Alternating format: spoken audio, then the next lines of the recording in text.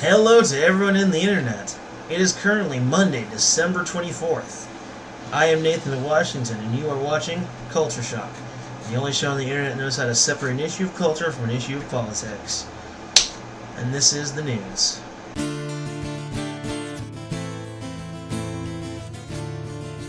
Alright, everybody. China has gotten rather inventive in dealing with dissidents, shall we say. According to an article on the New Yorker, if you start to act up in China, the police may take you on a free vacation. No words can describe the bizarrety of this policy, or a more obvious statement may be that some may act up and pretend to be dissident just for a chance to get a free vacation. That's literally what they do. They take them sightseeing. The Chinese police grab you and they take you sightseeing in an attempt to get you to calm down. So weird. If Prime Minister Xi approved of this, he may have lost his mind. Either that or he just thinks very differently. Either way, this is by no means what you might consider a normal policy. Someone starts to act up, starts rioting and causing a fuss, so you grab them and take them on a free vacation? And you don't think that's going to tempt someone to maybe act up just so they'll take you on said free vacation? I certainly think that would be the case. Seems pretty likely to me. It's ridiculous. Like I said, he's either lost his mind or he just thinks very differently. Very strange. Seems like as the days go by, China makes less and less sense. Man, they're weird. China's weird. China's a very weird place.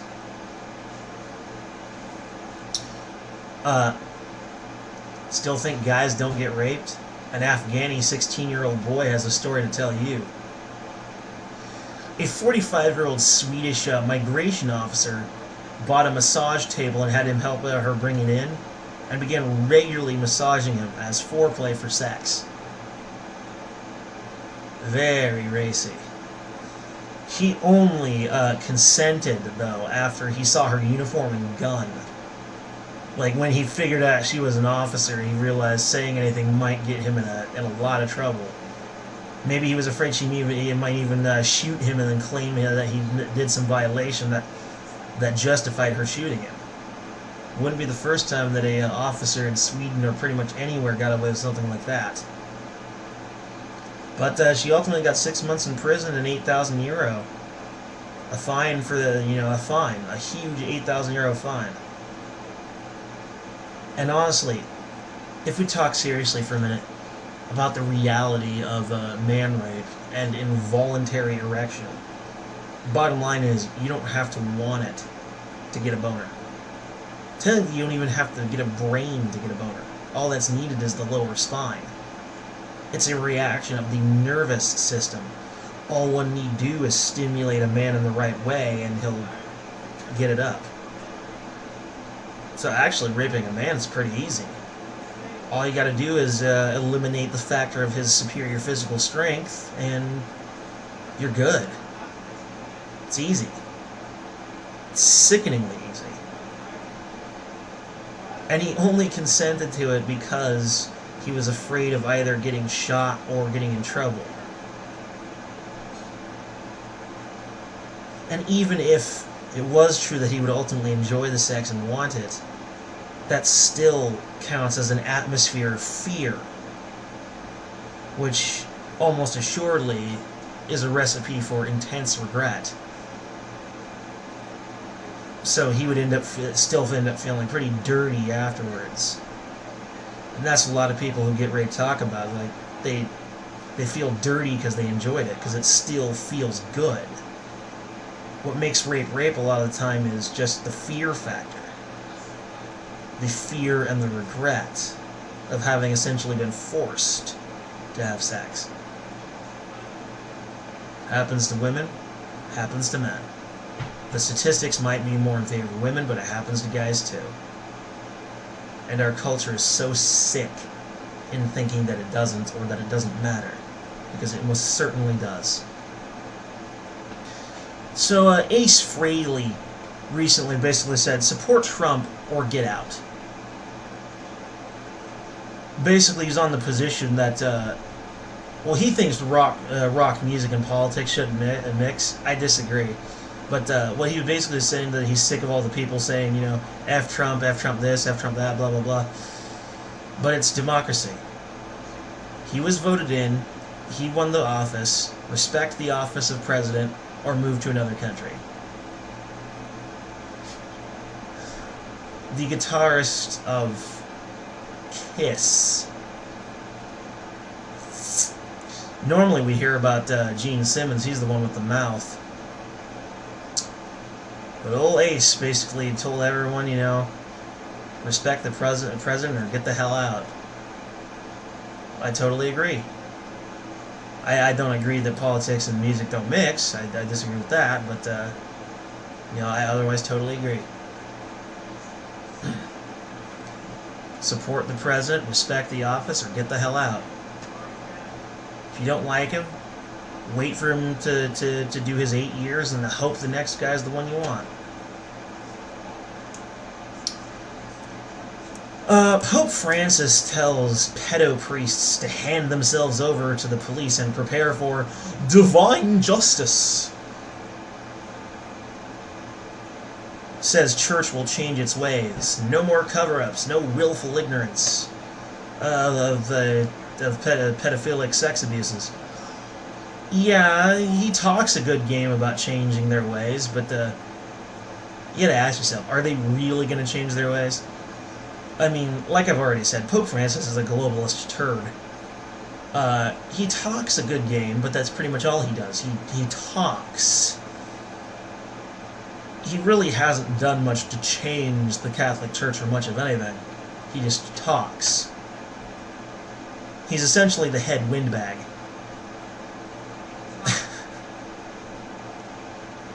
But in this one case, I'm absolutely hoping that he does bring about some very real change.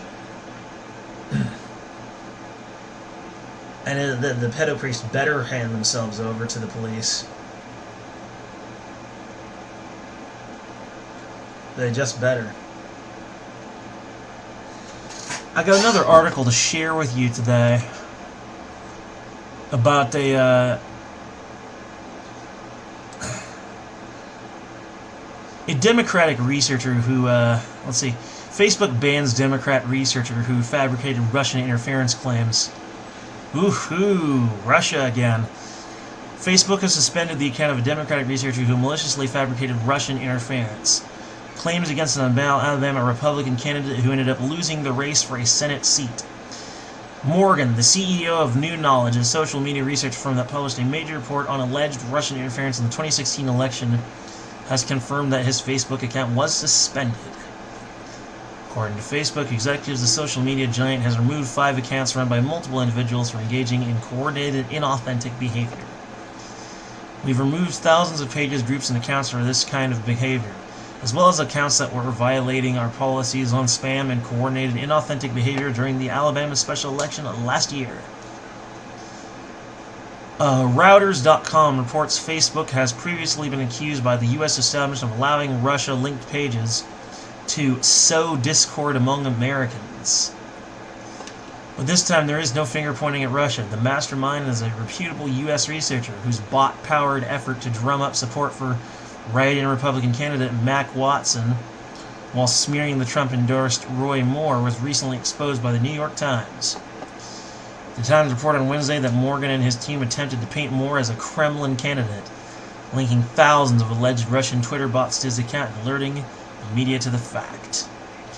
I also gotta wonder if those Russian bots ever even existed. A wide-ranging campaign was also launched by New Knowledge-handled accounts on Facebook. According to the report, a special created generic page boosted Watson's campaign, getting him TV gigs and more recognition. Morgan admitted that he was in contact with Watson, but argued that his false flag campaign did not aim to endorse him or manage to influence the outcome of the vote. The researcher argued the goal of the campaign was innocuous, to get first-hand knowledge of how the disinformation campaign works in a real-life situation. In the end, Democrat Doug Jones celebrated a nail-biting win, becoming the first Democrat to represent Alabama. In the Senate, in over 25 years, Moore lost by 1.5 percentage points in what was described as a shocking defeat. In the wake of the revelation, Jones said that he was outraged as anyone else, calling for the Federal Election Commission and the Department of Justice to investigate new knowledge interference. In an uncharacteristic pitch for the U.S. lawmaker, Jones said that the Americans seemed to be a bit too obsessed with hunting for Russian meddling.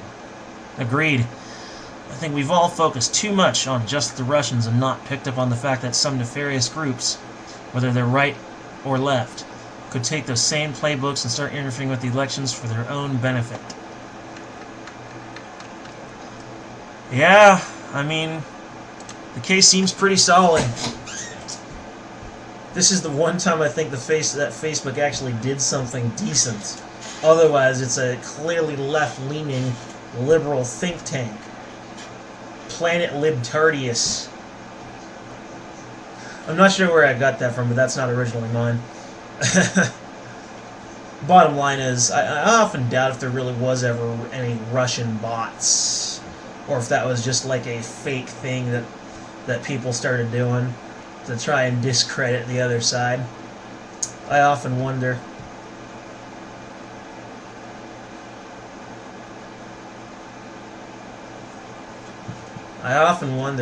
But this is the one time I think Facebook made the right decision. Still doesn't save them, though. Still boycotting 6 days in a row. And I'm still asking my viewers to join me in boycotting Facebook for their censorship of conservative voices or of the other side. They should not be allowed to censor people. That's not their job. Hell, I think censorship is a possible threat to the First Amendment. Anyway. Overly emotional liberal destroys nativity scene in England. Decapitated baby Jesus and smashed Mary and Joseph to pieces. Now, mind you, I don't particularly care about Christianity in of itself, but this is crazy, alright? Who's to say that liberals won't start doing this to other groups that they happen to disagree with? Right? They're emotionally unstable, completely fueled by an unbridled passion. Right? Who's to say it stops with Christians? I don't think it will. I think it'll go well beyond. I think it will go well beyond. Some might claim it already has. Of course, a lot of those, I would say, are either conspiracy theorists or just overly paranoid. But it shows a clear intent on liberal violence. And of course the group who put up the nativity scene refused to be put down by it. They're showing an immense fortitude and saying that they'll just put it up again or even put it up again next year. And that they'll never stop. That nothing they can do will put us down. Which, mind you, regardless of your religious position, that kind of attitude I absolutely love. I love it when people just refuse to be defeated by idiocy. Right, when they've done nothing wrong and then someone comes around and victimizes them, even in a small way. Showing that level of fortitude, it really does make me smile. I love it when people really just have that will to survive, regardless of anything.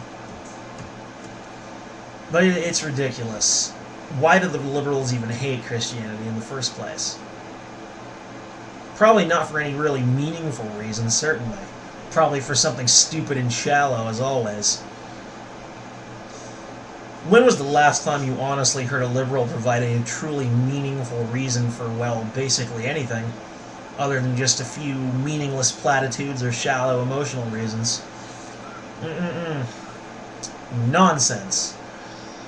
Neoliberalism is just pure nonsense, pure garbage.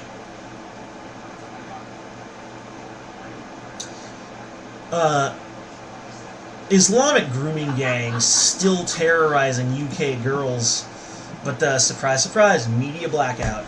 Still got grooming gangs raping British girls, but of course, media blackout. Don't even talk about it.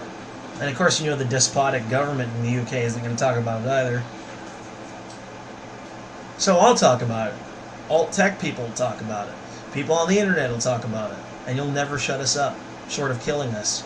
You'll never shut us up.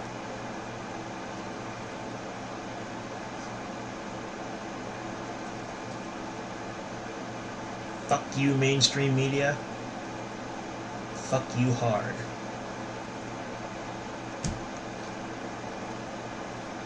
David Hogg has gotten into the Harvard University because my daddy went here. And of course because of a pro-gun control position. Because he was witness to a gun shooting where like 17 people got killed. Which admittedly is very sad. But then he goes too far and starts this whole, what was it? Hold on a second. There. This, I think it was Kids Against Gun Violence sort of thing, this pro-gun control BS. And that got him into Harvard because he was holding a position that they approved of. At this point, Harvard's credibility, I would say, is basically zero. Who the hell wants to get in that stupid school? For that matter, who wants to go to college anymore? Most of what you learn at college, you can learn on the internet now. There's online courses in online colleges that are just as good, with twice the credibility. So you know what? You know what, David Hogg? You stupid elitist piece of crap. Go ahead and get into Harvard. We don't care. Harvard is obviously a stupid school that is just for stupid jerks like you. So nobody cares. How's that? How do you like them apples? Screw your stupid school. Now, I am going to show you, I'll either read the article or play the video for you. These school cops are indicted for beating a 14-year-old boy to a bloody pulp. I mean, you guys should really... Well, you can't see it, but you can hear it. See if I can find it. I think... Oh, here we are. What was playing up above was just an ad. Oh, okay, so there's no audio, but you can see the kids there, faces blacked out, of course. It's out in some dispute. There's an officer coming in from the hallway concerning the dispute between him and a staff member. Some other staff members come in with the resource officer. Resource officer is gesturing toward the kid. Oh my, this is a very busy room. There's a clear dispute. I'll just speed ahead a little bit. Oh, that's the part where he tackled the kid to the ground. Oh. Staff member's trying to pull the cop off of him, but he won't let her. So she's backing off. Has time to fix her hair. Well, I can't really see what the officer's doing in this point in the video, but it looks pretty vigorous. It doesn't look good. Oh! Oh, shit. Oh, shit. Looks like he's choking and punching the poor kid. And this is a school resource officer. What the hell? Oh, he's got the kid. He's picking him up off the ground. Oh, wow, dude. He just threw him by his upper body, threw him by his neck and shoulders. Back on the ground. Oh, dude, this is not okay. So this is messed up. And according to the article itself, it was the officer who initiated the force. It just looked like a typical school kid issue. You know, nothing new. Oh, the staff members are still keeping a close eye, but they're still down there, wrestling on the ground. And it doesn't look like it was as bad as it was earlier. This is not okay. It's absolutely not okay. Ugh. Oh, a staff member looking in from the hallway. Oh, there he goes back to hitting him again.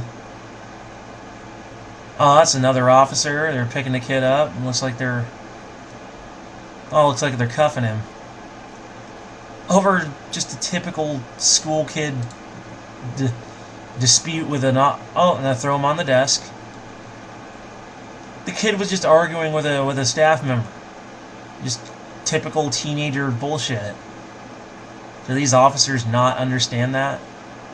That they have to do this kind of nonsense? Oh my god, not okay.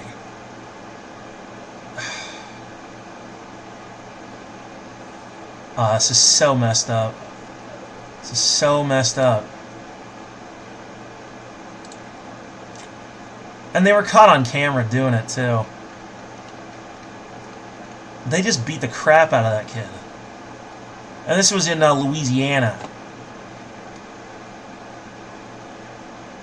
Yeah, attack. That was straight up an attack. Unfreaking believable. They claimed that one of their guns fell out of their holster and the kid tried to grab it. But this is a quote from someone who's involved, an assistant district attorney. I will tell you there is no evidence, no findings that the young man reached for any weapon or tried to take an officer's weapon. That's not in the evidence. And I just watched the video. I didn't see it either. An obvious flagrant lie. Why do they even need cops in schools in the first place? Paranoia over school shootings, obviously. Unbelievable. I'd say put those officers away for a really long time. But we both know what would happen if they did. Chances are they'd get murdered by their cellmate. I'd say fire them from being an officer and say that they can't work as a police officer ever again for the rest of their lives. I'd say that would probably be the best... I'd say that'd probably be the best thing to do with them. Messed up. Kid suffered severe injuries to his face, clear blunt trauma. Absolutely sickening. Anyway, that's it, folks. I'm out.